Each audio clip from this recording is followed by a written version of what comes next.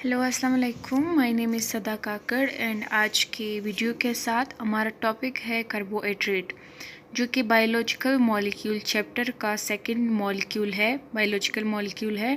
पहले हमने प्रोटीन पढ़ा था, अब हम पढ़ेंगे कार्बोहाइड्रेट। कार्बोहाइड्रेट का मतलब होता है हाइड्रेटेड कार्बन। हाइड्रेटेड कार्बन से मतलब है कि इसमें हाइड्रोजन और कार्बन प्रेजेंट है विद ऑक्सीजन। और ये मैंने बताया था कि कार्बन, हाइड्रोजन और ऑक्सीजन मौजूद है, लेकिन इनकी रेशो जो है वो 1:1 है। यानी कार्बन, हाइड्रोजन और ऑक्सीजन 1:1 रेशो में हमारे पास मौजूद है। अब इसका जनरल फार्मूला अगर हम देखें CxH2O है, जबकि x और y जो है वो ऑल नंबर है, यानी 3 to many thousand बहुत हो सकते हैं, बट जो H2O है वो यानी पानी के रेशो के लिए मुताबिक जो है यहाँ पे उसी तरह उसकी रेशो आ रही है। अब हमारे पास कार्बोहाइड्रेट की डेफिनेशन हम देखते हैं कि डेफिनेशन इसकी है पॉलीहाइड्रोऑक्सी एल्डिहाइड और कीटोन। पॉली का मतलब होता है मैनी, हाइड्रोऑक्सी का मतलब होता है कि हाइड्रोक्सिल ग्रुप यानी OH। एल्डिहाइड का मतलब होता है कि अगर कार्बन हमारे पास है, सेंट्रल वाले कार्बन पे हमारे पास ऑक्सीजन हो और एक साइड पे हमारे पास लाजमी हाइड्रोजन हो और सेकंड साइड पे कोई सा भी कोई सा भी ग्रुप हो सकता है, उसका फ़र्क नहीं पड़ता, बट जो एक साइड पे है, एक साइड पे हाइड्रोजन ग्रुप जो है वो लाजमी होना चाहिए। कीटोन जो है, कीटोन का फिर ये है कि सेंट्रल वाले कार्बन पे जब हमारे पास ऑक्सीजन बॉन्ड बना लेता है तो उसके दोनों साइड पे एक जैसे सिमिलर ग्रुप्स होने चाहिए। फॉर एग्जांपल अगर यहाँ पे CH3 है तो यहाँ पे भी CH3 आएगा और इसको हम बोलेंगे एसीटोन। और ये हमारे पास कम्प्लेक्स सब्सटेंस है। या तो हम पॉलीहाइड्रोऑक्सी एल्डिहाइड और कीटोन बोल सकते हैं, या हम ये भी बोल सकते हैं कि ये हमारे पास कम्प्लेक्स सब्सटेंस है। कम्प्लेक्स सब्सटेंस से मतलब है कि इसमें हाइड्रोक्सिल ग्रुप भी है, एल्डिहाइड भी है, कीटोन भी है, सो मीन्स ये कम्प्लेक्स बन गया। अब इसका सोर्स हमारे पास क्या है? सोर्स हमारे पास है ग्रीन प्लांट। यानी ग्लूकोज जो है वो हम कहाँ से हासिल करते हैं? जब हमारे पास पौधों में फोटोसिंथेसिस का प्रोसेस होता है तो वहाँ पे पौधे हमारे पास आके ग्लूकोज बनाते हैं। ग्लूकोज जो कि हमारे पास कार्बोहाइड्रेट कैटेगरी में आते हैं। सोर्स इसका ग्रीन प्लांट हुआ। अब हमारे पास आता है complex conjugate molecule. Complex conjugate molecule से मुराद है जब हमारे पास मतलब दो मॉलिक्यूल मिल जाते हैं, बॉन्ड बना लेते हैं और एक तीसरा मॉलिक्यूल जो है वो बन जाता है, तो उसको हम कम्प्लेक्स बोलेंगे। कम्प्लेक्स मीन पेचीदा, कंजुगेट यानी मिल जाते हैं, molecule mean molecule combine with other molecules. Okay, for example carbohydrate हमने लिया, वो हमारे पास आया लिपिड के साथ, उसने बॉन्ड बना लिया, जबकि लास्ट में हमें क्या मिला? ग्लाइकोलिपिड। ये दोनों मॉलिक्यूल आके उन्होंने हमारे पास तीसरा मॉलिक्यूल बना के दिया। अब हमारे पास है कार्बोहाइड्रेट प्लस प्रोटीन। अब ये दोनों जब बॉन्ड बना लेंगे, ये हमारे पास आएगा ग्लाइकोप्रोटीन। तीसरा मॉलिक्यूल वजूद में आया तो इसको हम लोग बोलेंगे ग्लाइकोप्रोटीन। अब हम पढ़ेंगे इसकी क्लासिफिकेशन कि जो हमारे पास कार्बोहाइड्रेट है, जब उसको हम क्लासिफाई करते हैं तो उसके कितने क्लासेस आते हैं।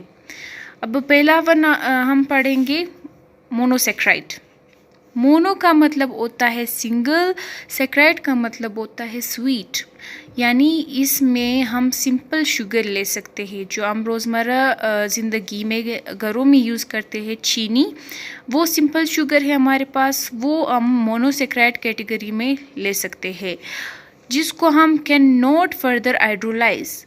हाइड्रोलाइज का मतलब होता है जब हम किसी चीज़ को तोड़ने की, फॉर एग्जांपल ये दो मोनोमर्स बने हुए हैं, इनकी बॉन्डिंग हुई है, जब हम इसमें पानी डालते हैं थ्रू वाटर, जब हम किसी दो मॉलिक्यूल को उसकी बॉन्डिंग को तोड़ते हैं तो वो हमारे पास हाइड्रोलाइसिस का प्रोसेस होता है। यहाँ पे हमें ये बताया जा रहा है कि पानी के यानी इसको फर्दर हाइड्रोलाइज हम नहीं कर सकते। ये है ही हमारे पास सिंपल यूनिट। तो ये हमारे पास इसका टेस्ट जो होता है वो स्वीट होता है। जाहिर सी बात है चीनी तो सब ने देखी होगी जिसका मतलब टेस्ट हमारे पास स्वीट आता है। और ये हमारे पास दूसरा इसमें पॉइंट है कि ये सोल्यूबल इन H2O है। सही है, चीनी हमारे पास पानी में जो है सोल्यूबल हो सकती है। फिर हम ये बोलते हैं कि केमिकली पॉलीहाइड्रो ऑक्सीहेल्डिहाइड या कीटोन होते हैं। मोनोसेक्राइड में भी अगर हम देखें तो इसमें अभी हम ये मॉलिक्यूल ले रहे हैं, इसको समझने की कोशिश करेंगे। पॉलीहाइड्रो ऑक्सी का मतलब है कि इसमें बहुत ज़्यादा हाइड्रोक्सिल ग्रुप लगेंगे, बट ये उस पे डिपेंड करेगा कि कार्बन कितने हमारे पास मिल रहे हैं, बन रहे हैं। अब सो ऑन का मतलब मैंने ये लिखा है कि ये 4 कार्बन भी हो सकते हैं, 5 भी हो सकते हैं, 6 भी हो सकते हैं, 7 भी हो सकते हैं, वट जितना हम इसको बढ़ाना चाहें।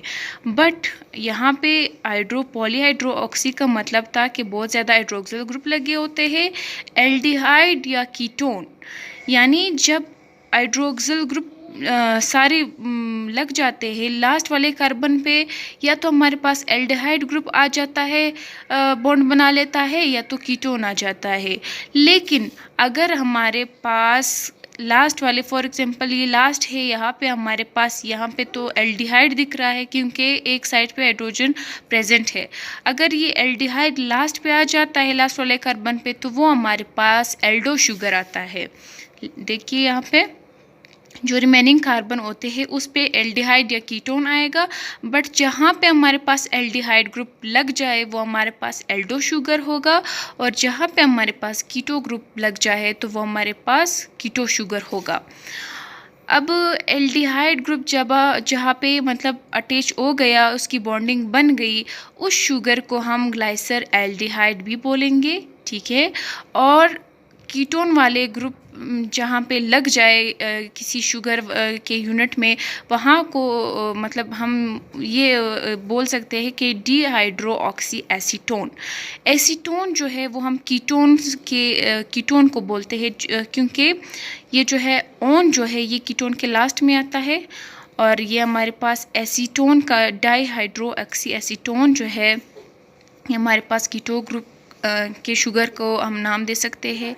अब ये दोनों जो है इसका फॉर्मूला ये है मॉलिक्यूल का, और इसका ये है। ये दोनों जो है सेम है फॉर्मूले के लिहाज से, बट अगर देखा जाए तो ये स्ट्रक्चर में डिफरेंट है।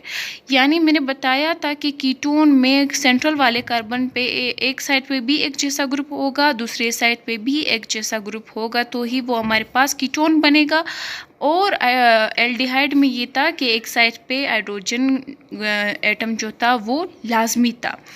अब ये दोनों जो है मॉलिक्यूलर फार्मूला जो है इसका सेम है, बट स्ट्रक्चर इसकी डिफरेंट है, इसीलिए हम इसको एल्डिहाइड ग्लाइसर एल्डिहाइड बोलेंगे और इसको डायहाइड्रो ऑक्सी एसीटोन बोलेंगे। अब ये दोनों मॉलिक्यूल जो है जब हमारे पास रिस्पायरेशन का प्रोसेस होता है या हमारे पास फोटोसिंथेसिस प्रोसेस होता है, ये वहाँ पे एज इंटरमीडिएट हम इसको हासिल करते हैं। ये दोनों काफ़ी कंसेप्चुअल टॉपिक है, वो आगे जाके हम पढ़ेंगे कि फोटोसिंथेसिस में क्या होता है, रिस्पायरेशन में क्या होता है, यानी मिडल में इंटरमीडिएट जो हमारे पास मॉलिक्यूल निकलता है वो ये दोनों होंगे, वो कैसे निकलेंगे, ये सारा साइकिल हम पढ़ेंगे। अब क्योंकि ये हमारे पास 3 कार्बन से बना वाला शुगर है, ये भी 3 कार्बन से है, तो हम इसको ट्रायोस बोलेंगे। और जो यहाँ पे देखिए, अगर हमारे पास 3 कार्बन वाला शुगर होगा ट्रायोस होगा, और उसको हम ग्लाइसर एल्डिहाइड भी बोलेंगे। ये देखिए ग्लाइसर एल्डिहाइड या हाइड्रोक्सी एसीटोन वाला शुगर भी लेंगे क्योंकि 3 कार्बन से ये दोनों मिलके बने हैं। एग्जांपल में हम यही ले सकते हैं। टेट्रोस शुगर भी आ सकता है जिसमें 4 कार्बन हो, उसको हम एरिथ्रोस बोलेंगे। पेंटोस भी आ सकता है जिसमें 5 कार्बन हो, उसको हम राइबोस बोलेंगे, जो कि आरएनए में होता है और डीएनए में होता है। एक्सोस भी आएगा 6 कार्बन वाला, जो कि हमारे पास ग्लूकोज और फ्रैक्टोस में मौजूद होता है। हेप्टोस भी आएगा 7 कार्बन शुगर, जो कि हमारे पास ग्लाइकोहेप्टोसिनोसिन में आता है। अब क्या होता है कि हम मोनोसेक्राइड में हम बोलते हैं कि हमारे पास एक कार्बन से मतलब मोनो सिंगल होता है, एक कार्बन वाला शुगर हम बोल सकते हैं। बट नेचुरली ये पाया गया है कि 3 to 7 कार्बन एटम जो है वो मोनोसेक्राइड में हमें मिले हैं, यानी 3 से 7 तक जितने कार्बन होंगे, यानी 3 4 5 6 7, वो 7 तक हम उसको मोनोसेक्राइड कैटेगरी में काउंट कर सकते हैं। बट ये एक पॉइंट था, पता नहीं वो वहाँ पे लिखा नहीं है कि किस साइंटिस्ट के मतलब नज़रिए से ये बोल रहे हैं। बट जब हम बोलते हैं इसका मतलब सेकंड क्लासिफिकेशन में हम पढ़ेंगे ओलिगोसेक्राइड वाले, वहाँ पे फिर ये है कि 2 to 10 यानी इतने कार्बन जब होंगे हमारे पास ओलिगोसेक्राइड क्लासिफिकेशन यानी उस कैटेगरी में आएगी। बट ये आज का था हमारा मोनोसेक्राइड। अब सेकंड वीडियो में हम पढ़ेंगे इसके ओलिगोसेक्राइड को। काफ़ी कंसेप्चुअल पॉइंट्स है इसके, एमसीक्यूज़ के हवाले से अगर एग्जाम में देखा जाए, शॉर्ट क्वेश्चंस। तो देखते रहिए मेरा चैनल सदा काकड़, मैं नई वीडियोस भी अपलोड करूँगी इसी सीक्वेंस से।